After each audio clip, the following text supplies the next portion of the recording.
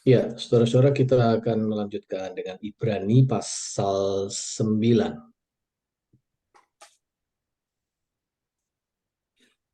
Kita membaca semua dari Ibrani 9 ayat 1 sampai 28.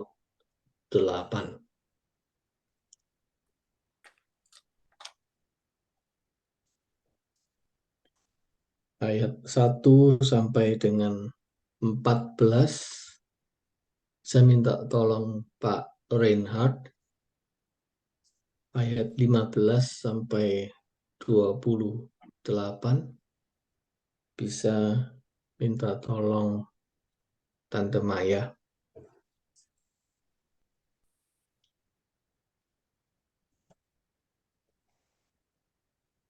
Tempat kudus di bumi dan di sorga.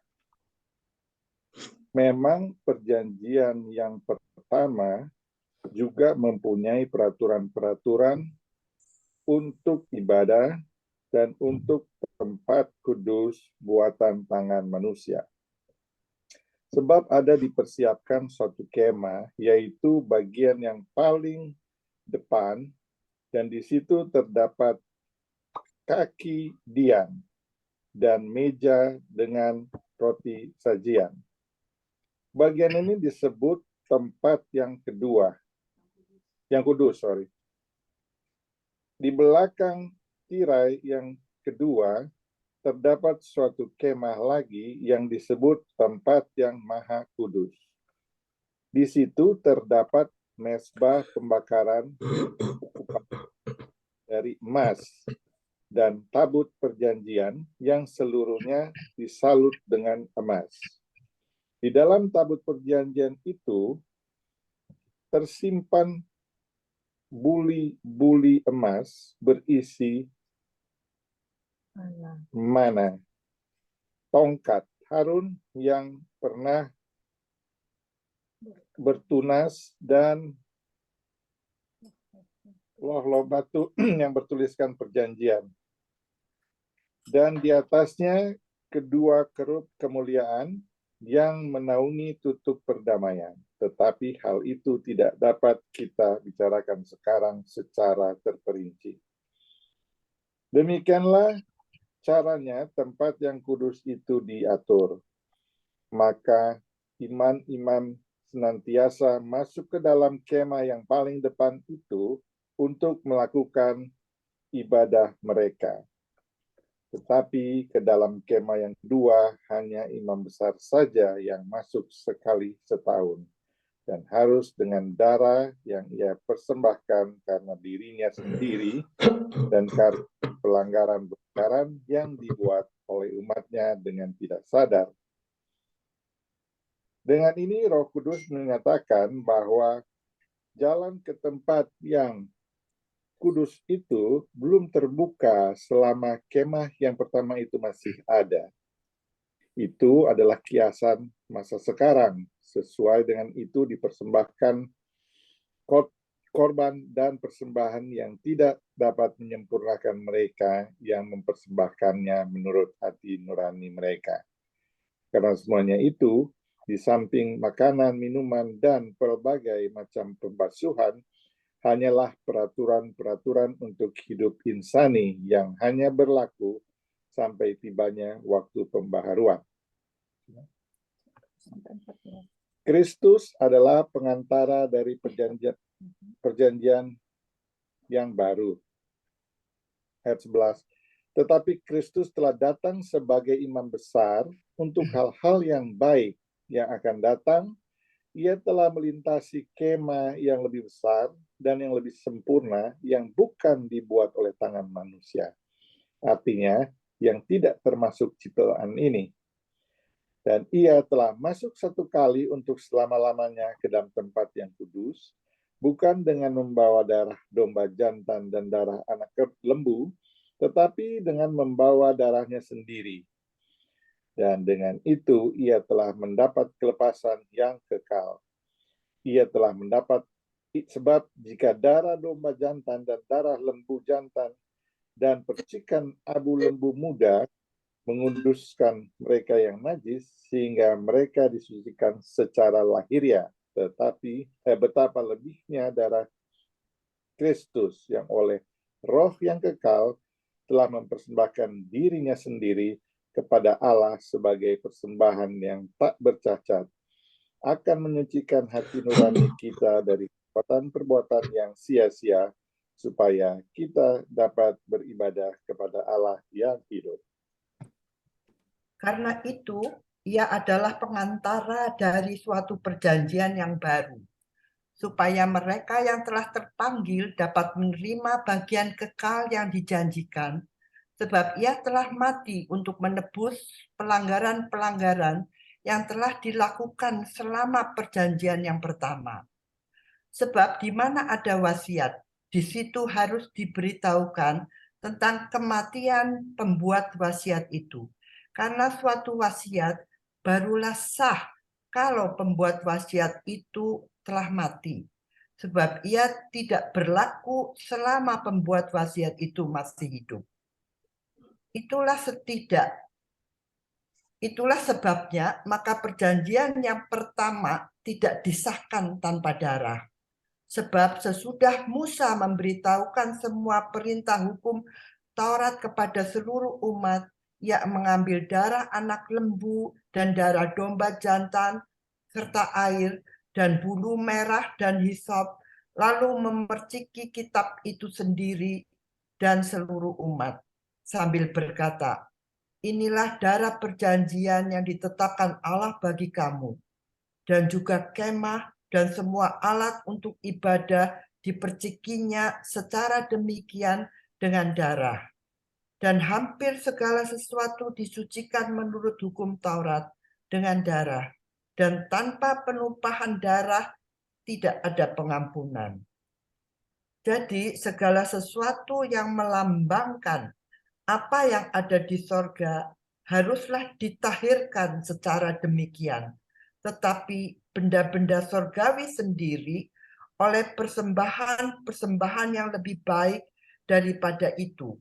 Sebab Kristus bukan masuk ke dalam tempat kudus buatan tangan manusia yang hanya merupakan gambaran saja dari yang sebenarnya, tetapi ke dalam surga sendiri untuk menghadap hadirat Allah guna kepentingan kita. Dan ia bukan masuk untuk berulang-ulang mempersembahkan dirinya sendiri. Sebagaimana imam besar setiap tahun masuk ke dalam tempat kudus dengan darah yang bukan darahnya sendiri. Sebab jika demikian, ia harus berulang-ulang menderita sejak dunia ini dijadikan. Tetapi sekarang, ia hanya satu kali saja menyatakan dirinya pada zaman akhir untuk menghapuskan dosa oleh korbannya. Dan sama seperti manusia ditetapkan untuk mati hanya satu kali saja, dan sesudah itu dihakimi. Demikian pula Kristus hanya satu kali saja mengorbankan dirinya untuk menanggung dosa banyak orang. Sesudah itu, ia akan menyatakan dirinya sekali lagi tanpa menanggung dosa untuk menganugerahkan keselamatan kepada mereka yang menantikan dia. Ya, terima kasih Pak Reinhard dan Tante Maya. Jadi, jadi saudara-saudara, so far ya, sampai di sini sesudah penulis surat Ibrani ini membangun argumentasi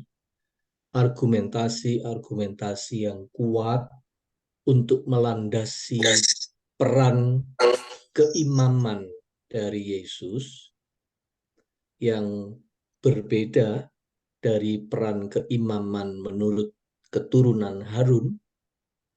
Sesudah dia membangun argumentasinya, sekarang penulis surat Ibrani masuk lebih dalam pada yang dia sebut sebagai kiasan, dia sebut sebagai bayangan, dia sebut sebagai gambaran yang dia maksudkan lebih jauh. Sebab bagi penulis surat Ibrani, dalam caranya dia berpikir, peribadahan di dunia ini, peribadahan menurut hukum Taurat atau menurut sistem ibadah Yudaisme, itu cuma sebagai kiasan, sebagai gambaran dari peribadahan yang sebenarnya yang berlangsung di sorga. Itu konsep dasar yang dia pakai dalam penulisan surat Ibrani. Jadi semua sistem peribadahan yang diberlakukan oleh hukum Taurat itu hanyalah bayangan yang menunjuk kepada peribadahan yang sebenarnya, yang sorgawi. Nah, oleh karena itu, dia menjelaskan ada dua kiasan atau dua bayangan. Yang pertama, kiasan pertama adalah kiasan kemah atau kemah suci atau tabernakel. Dia mencoba menerangkan sesuai dengan struktur pembagian kemah suci menjadi tempat yang kudus dan tempat yang maha kudus. Masing-masing dengan isinya. Itu kita bisa baca di ayat 2-7. Nah, sekali dalam setahun, imam besar diizinkan masuk ke tempat maha kudus, yaitu pada hari penebusan atau the day of the atonement.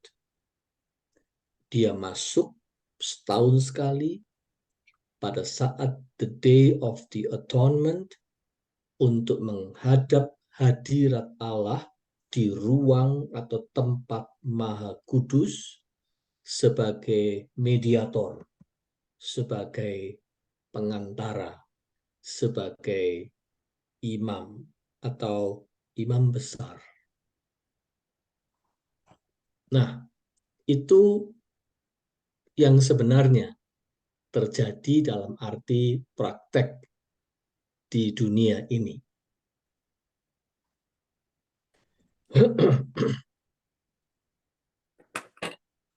Lalu dia menjelaskan, sebenarnya ada dua macam kemah suci. Yang satu, itu buatan tangan manusia, itu yang disebut di ayat 1, dan yang lainnya adalah kemah suci bukan buatan tangan manusia, yang dia sebut di ayat 11 sebagai yang lebih besar dan lebih sempurna. Nah, kemah suci yang buatan tangan manusia itu adalah gambaran dari masa sekarang di dunia ini pada waktu dia menulis surat itu. Sedangkan yang tidak dibuat oleh tangan manusia itu menunjuk pada sorga, kemah yang sejati. Perhatikan ayat 8-10. Dengan ini, Roh Kudus menyatakan bahwa jalan ke tempat yang kudus itu belum terbuka selama kemah yang pertama itu masih ada. Itu adalah kiasan masa sekarang.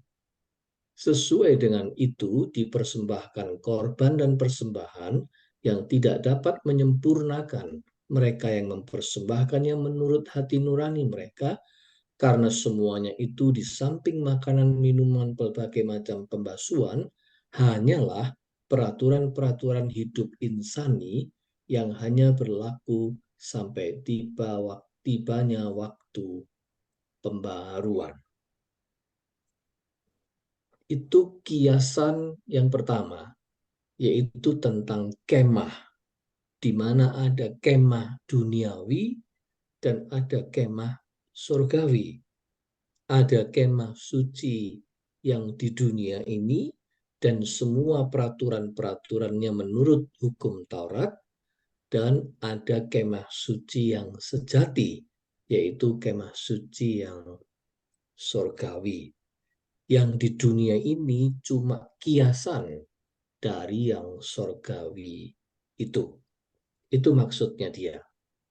Nah, sekarang kiasan yang kedua. Yang pertama tadi kemah, kiasan yang kedua adalah darah, yaitu darah hewan kurban yang dipercikkan pada saat pelaksanaan ritual penebusan dosa. Darah itu adalah persyaratan mutlak bagi proses ritual penebusan. Perhatikan ayat 22. Dan hampir segala sesuatu disucikan menurut hukum Taurat dengan darah. Dan tanpa penumpahan darah tidak ada pengampunan. Itu merupakan kutipan surat Ibrani, kutipan dari Imamat 17 ayat 11. Nah, di dalam kemah suci yang pertama dipersembahkan darah anak lembu dan domba jantan yang tidak bercela. Maksudnya yang kulitnya itu putih sekali, tidak ada belang-belangnya sama sekali. Sedangkan di dalam kemah sejati yang sorgawi dipersembahkan adalah darah Yesus yang tertumpah di kayu salib. Perhatikan ayat 11 sampai dengan 14. Tetapi Kristus telah datang sebagai imam besar untuk hal-hal baik yang akan datang. Ia telah melintasi kemah yang lebih besar dan yang lebih sempurna, yang bukan dibuat oleh tangan manusia, artinya yang tidak termasuk ciptaan ini. Dan ia telah masuk satu kali untuk selama-lamanya ke dalam tempat yang kudus, bukan dengan membawa darah domba jantan dan darah anak lembu, tetapi dengan membawa darahnya sendiri. Dan dengan itu, ia telah mendapat kelepasan yang kekal.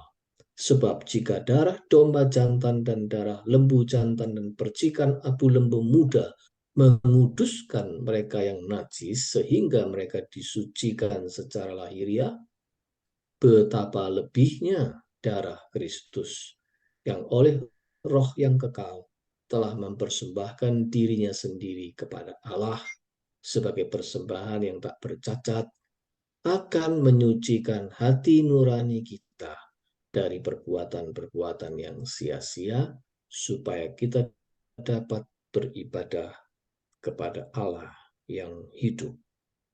Jadi di kemah suci yang pertama atau kemah suci yang duniawi itu ada sistem kurban yang menggunakan atau harus menggunakan darah demi penebusan dosa. Itu adalah kiasan menurut penulis surat Ibrani dari penebusan yang sebenarnya yang dilakukan oleh Yesus melalui kematiannya di kayu salib. Dia menumpahkan darah. Itulah yang sesungguhnya, darah yang sesungguhnya. Jadi itulah dua kiasan tadi, kemah dan darah. Bukan berarti kemah dan darah dalam sistem perjanjian yang pertama atau perjanjian menurut imamat Harun itu tidak penting. Tetap penting kemah dan darah menurut sistem peribadahan di dalam hukum Taurat tetap penting, tetapi keduanya hanyalah kiasan atau bayangan penunjuk bagi kenyataan yang sesungguhnya, yaitu penebusan dosa oleh kurban Yesus di kayu salib. Jadi kenyataan yang diteguhkan oleh sebuah perjanjian yang lebih kuat dan lebih kekal, yang disebut perjanjian baru atau perjanjian kedua. Kalau perjanjian lama seringkali disebut oleh penulis surat Ibrani perjanjian pertama. Nah, ini perjanjian kedua atau perjanjian baru. Perhatikan ayat 15. Karena itu, ia adalah pengantara dari suatu perjanjian yang baru, supaya mereka yang telah terpanggil dapat menerima bagian kekal yang dijanjikan, sebab ia telah mati untuk menebus pelanggaran-pelanggaran yang telah dilakukan selama perjanjian yang pertama. Nah, itu kiasan yang dia ingin tekankan di bagian pasal 9 ini, yaitu tentang kemah dan tentang darah. Nah, jika di dalam kemah yang pertama, peran pengantara atau mediator itu dipikul oleh para imam, terutama imam besar, maka di dalam kemah sorgawi, peran keimaman itu sepenuhnya berada di pundak Yesus Kristus saja. Dialah mediator atau pengantara dari suatu perjanjian yang baru, kata ayat 15. Dialah satu-satunya imam besar perjanjian baru yang melebihi siapapun dalam semua kualitas yang dimilikinya.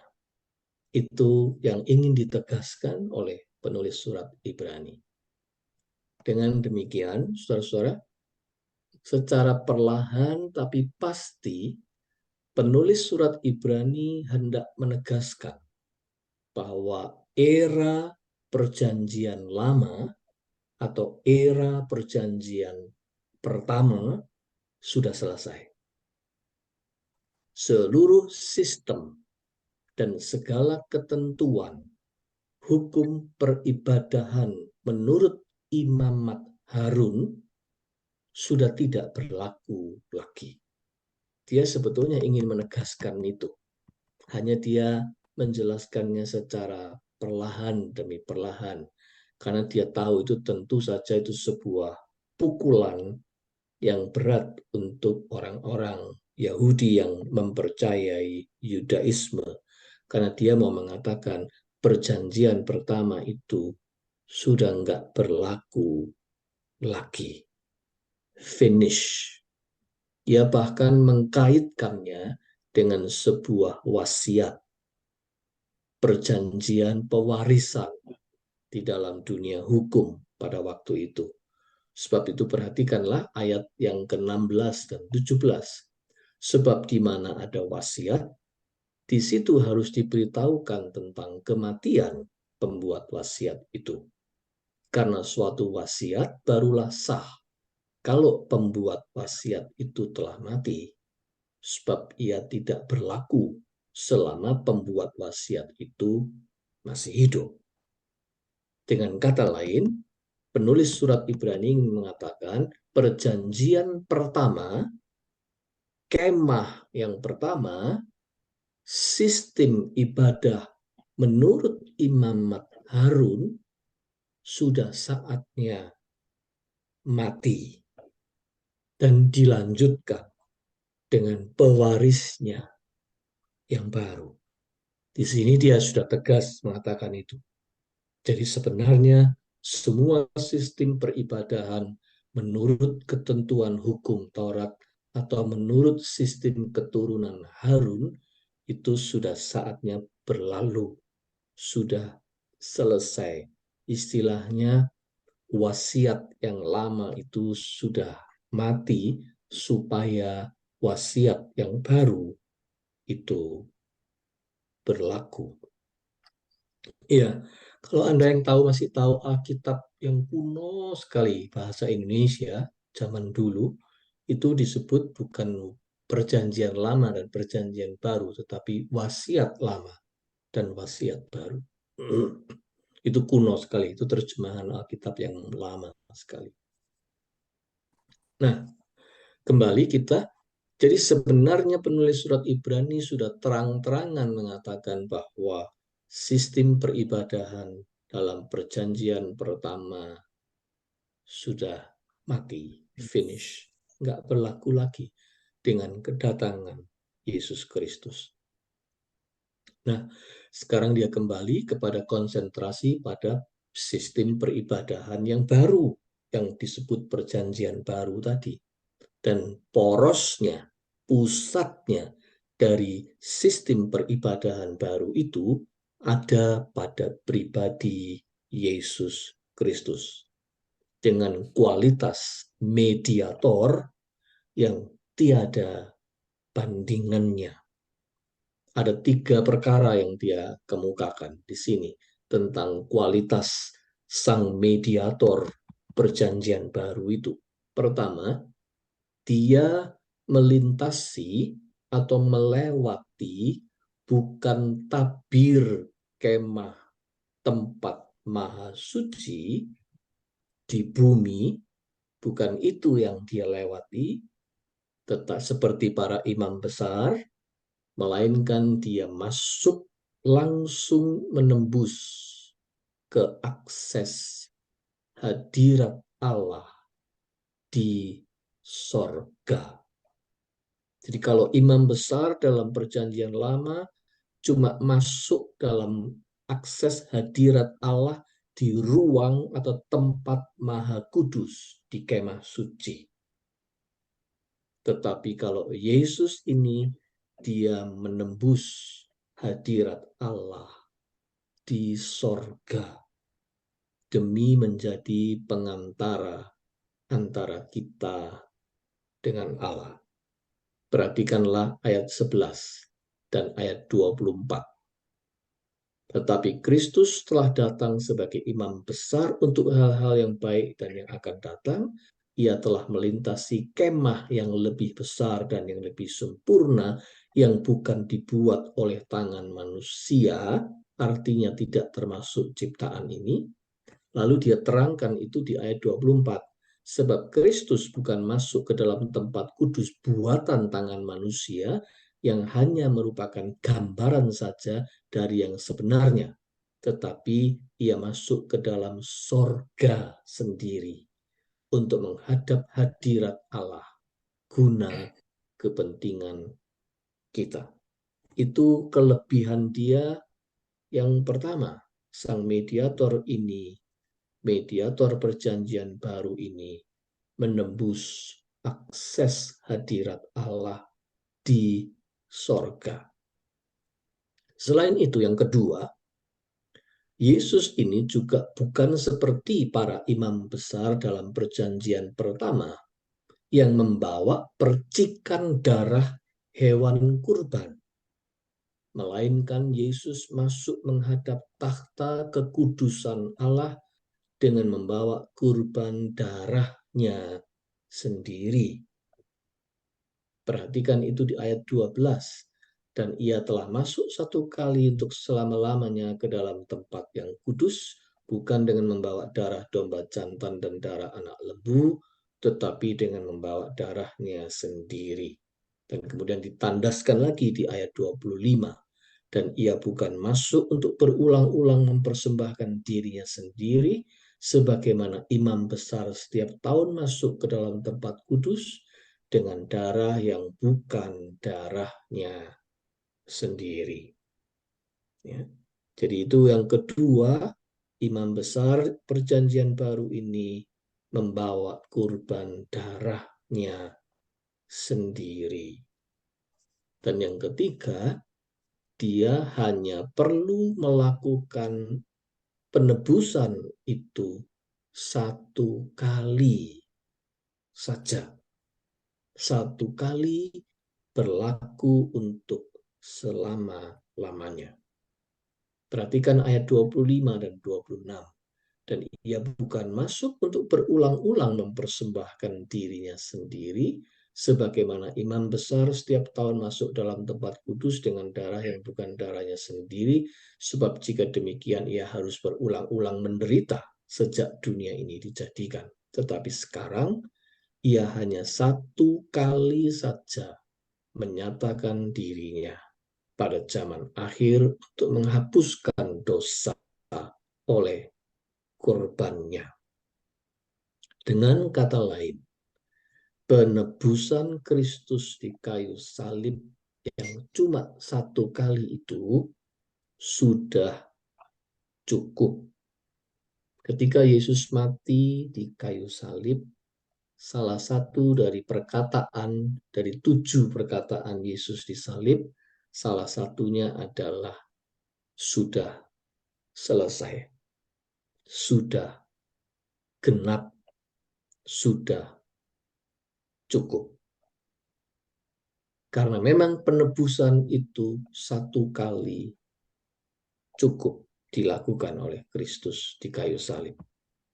Cukup untuk memenuhi seluruh persyaratan penebusan dosa yang dikehendaki Allah, yang dikehendaki oleh sorga. Sudah memenuhi seluruh persyaratan yang dikehendaki. Harga dari penebusan dosa kita sudah dilunasi oleh kematian Yesus di kayu salib. Itu tidak perlu diragukan, tidak perlu diulang-ulangi, tidak perlu ditambah-tambahi sendiri lagi oleh siapapun, dan tidak perlu ritual lain sebagai pelengkap dari yang sudah ada. Tidak perlu manusia menciptakan ritual pelengkap yang lain, ciptaan kita sendiri untuk penebusan dosa. Satu-satunya kurban penebusan dosa yang layak di mata sorga cuma satu, kematian Yesus. Saudara, itu kebenaran yang penting sekali. Ya, sebab di dalam sejarah, terutama sejarah kekristenan, justru manusia yang sering merasa itu nggak cukup. Manusia menciptakan ritualnya sendiri untuk membuat penebusan dosa atau pengampunan dosa itu berlaku. Dan terus terang harus diakui salah satu tindakan yang paling menyimpang jauh dari itu adalah ketika pada abad 15 gereja waktu itu menerbitkan surat penghapusan dosa yang kemudian dijual. Siapa yang punya surat penghapusan dosa itu, jiwanya itu diselamatkan dari api penyucian. Itu dalam konsep gereja pada waktu itu. Sehingga lahirlah kemudian reformasi gereja yang dipimpin oleh Martin Luther dan kawan-kawan itu. Karena memang sudah kebangetan. Ya, manusia itu, gereja pada waktu itu menciptakan sistem pengampunan dosa sendiri, bahkan dihargai dengan uang. Luar biasa memang. Waktu itu sudah menyimpang dari Injil Yesus Kristus, luar biasa. Sehingga lahirlah gerakan reformasi gereja. Nah, dan bukan cuma itu sebetulnya, itu yang terbesar, ya, itu yang paling radikal sekali, tapi secara kecil-kecilan itu sering kali terjadi dalam sejarah ketika penebusan Kristus dianggap tidak cukup. Orang Kristen merasa kurang dan harus menambah-nambahi sendiri dengan kesalehannya sendiri dan seterusnya. Nah, ini prinsip yang penting, saudara-saudara. Itu sebabnya gereja reformasi mempunyai semboyan sola gratia. Hanya anugerah, karena memang pengampunan dosa itu hanya karena anugerah Kristus. Di kayu salib dia mati untuk kita. Itu sudah selesai.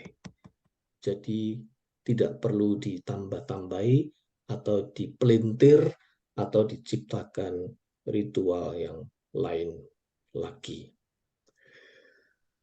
Penebusan Kristus cukup. Tetapi di lain pihak, penebusan Kristus juga tidak boleh dipandang ringan. Tidak boleh diabaikan karena mentang-mentang sudah selesai. Oh, itu sudah beres kan? Kita tidak perlu melakukan apa-apa lagi. Sudah ditebus dosa oleh Kristus dan Kristus sudah melakukannya satu kali, cukup selesai. Akhirnya tidak ada lagi yang diingat dari situ. Tidak lagi disadari dan tidak dihayati untuk seterusnya. Taken for granted, dilupakan, bahkan dianggap sudah lewat penebusan itu, it's already the past. Oh, itu keliru besar. Sebab grammar yang dipakai dalam perjanjian baru untuk menjelaskan penebusan Kristus itu selalu berbentuk sesuatu yang sudah dilakukan di masa lalu, betul, tetapi impact-nya itu masih terus-menerus berlaku dan berlangsung tanpa henti. Jadi continuously, impact-nya itu masih berlangsung terus-menerus. Jadi dia tidak dipakai model seperti tense past tense, tetapi dia itu dipakai model seperti present perfect tense. Jadi sudah berlangsung, tetapi continuously impact-nya itu masih ada untuk seterusnya. Itu pengertian yang penting tentang penebusan Kristus itu.